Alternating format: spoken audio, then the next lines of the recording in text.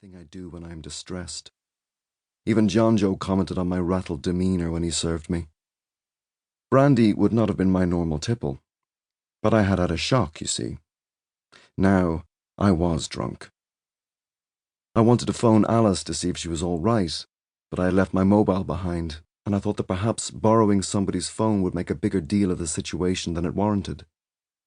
Don't get me wrong, I knew it was serious. A significant error of judgment had been made. She should not have ended up on the floor. I am aware that I am not the easiest of people. Alice has told me so. I have no friends, for example. I used to, many years ago, but that didn't really work out. We drifted apart and I let them go. Voluntarily, I suppose. Friends are just people who remind you of your failings. I have several acquaintances. I have no family either to speak of. Not in the sense that matters. Over the years, Alice has never pried. She has never been too curious. In fact, I would describe her as habitually obedient, with just an occasional rebellion. I am not, have never been, violent. I went to the bar and bought a packet of cigarettes. Strong ones. I was worried that my hands were still unsteady. Isn't brandy supposed to help at a time like this? Or is that an old wives' tale? Old wives. Outside in the beer garden, a yard with half a roof beside the front door, I lit my first cigarette in years. Barney Dwyer, a neighbour from the villas, approached from the public bar. Barney spent more time in the beer garden than inside the pub. "Thought you were off them," he said. "I am."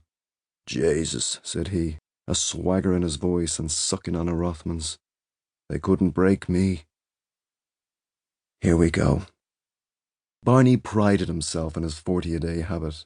When the smoking ban was introduced, most of us did our best to quit. I am proud to say that I was the first to succeed. I became known as the man with a will of iron. Barney, on the other hand, made no such attempt. If Barney had never smoked, he would have started the day the ban was introduced. A contrary bugger if ever there was one. Thin head, big ears. "Welcome back," he said. "I'm not back. I'm just having the one. It's been a bad day." "Jesus, Oliver, it's never just the one. You're back on the fags. Face it."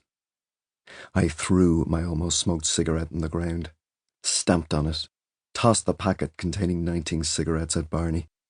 "Keep them," I said. "Go on, kill yourself." My wife had finally brought out the worst in me. It was most unexpected. I had always been fond of her, in my way. She was a marvellous cook, for example, after all the gourmet cuisine courses I had made sure she attended. Also, she could be very athletic in bed, which was nice. It is terribly sad to think of such things now, considering her current state. We met at the launch of a book she had illustrated back in 1982. My agent wanted me to meet her with a view to her doing the illustrations for a children's book I had written that he was pushing around to publishers. I resisted the idea of illustrations initially. They would just distract from my text, I thought. But my agent, I admit it, was right. The drawings made my books far more marketable. We were introduced, and I like to think there was an immediate something. Spark is not the right word, but an acknowledgement of sorts. Some people call that love at first sight. I am not so naive. Neither of us was in the first flush of youth, both in our late 20s, I think, but she was lovely, in a soft way. I liked her quietness, and she made few or no demands on me.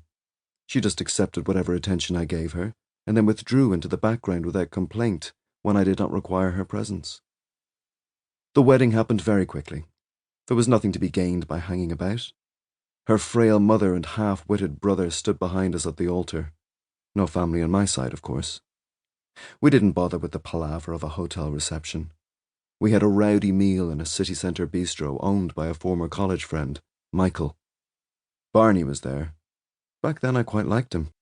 He was very emotional at the wedding, more than anybody else. One couldn't blame him, I suppose.